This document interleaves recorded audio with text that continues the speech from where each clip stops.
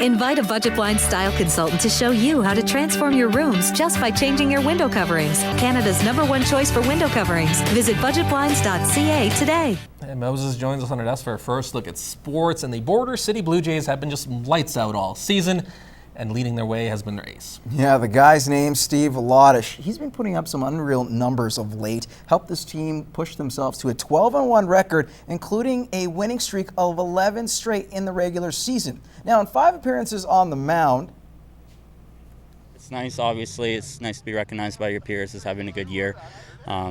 It's always good to have that recognition, but at the end of the day, you want to win a championship, so we're still gunning for that.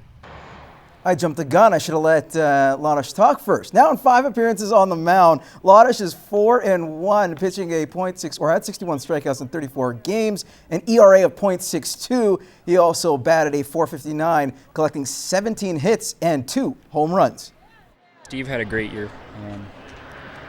I think him and Jay were 1 and 2 in the standings and pitching this year, and Steve was right at the top of the batting stats in the leagues too. So it's tough not to pick a guy like that for league MVP, and Jay was the same last year. So it's tough not to pick those guys when they're pitching well and hitting well. So back to back with guys on our team is pretty nice. Just getting ahead of myself. All right, well, congratulations to Steve, but you know what? He had a lot of work to do as well, because him and his team got the second round underway in the NSRBL as they hosted the Wilkey Brewers in Game 1 of their series. And Latos taking the mound for the Jays. This one would be a close contest, and it's hard to hit on this guy.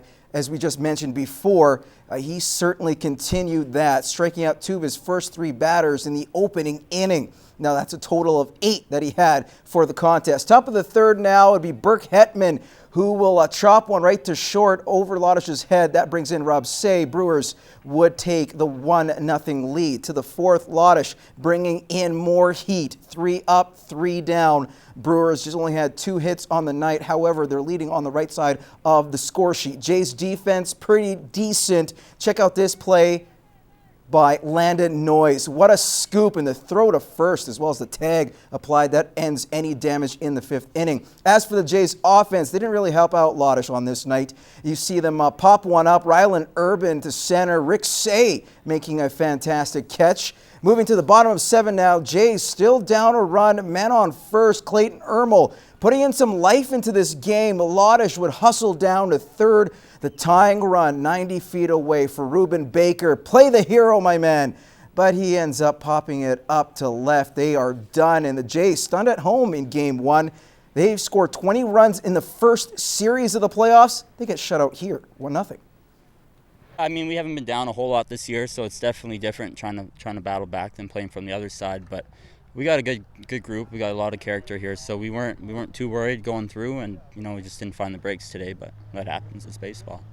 We were assuming we were going to get on the bats because we have all year. The guys we've had a couple games where we started off slow and scored runs later in the game, and everybody thought that was going to happen, and never did end up happening. So. Going later into the game with no runs is it's a little different for us, but it happens. Now, Game 2 of that series goes Wednesday in Wilkey. Meanwhile, tonight, the other semifinal, the Lloydminster Twins could reach the finals once again with a W in Meadow Lake. Now, softball will be dominating the Legion Ballpark this weekend.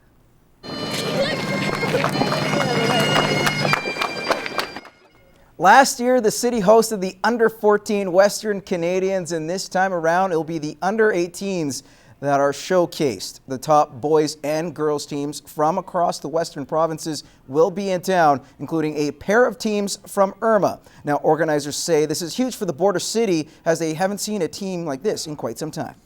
A couple decades, really, since post-provincial play was hosted here. So not only our crew for some of the local area teams, Irma, boys and girls, and on that note, just to have boys play here at that U18 level is going to be pretty exciting for the fans.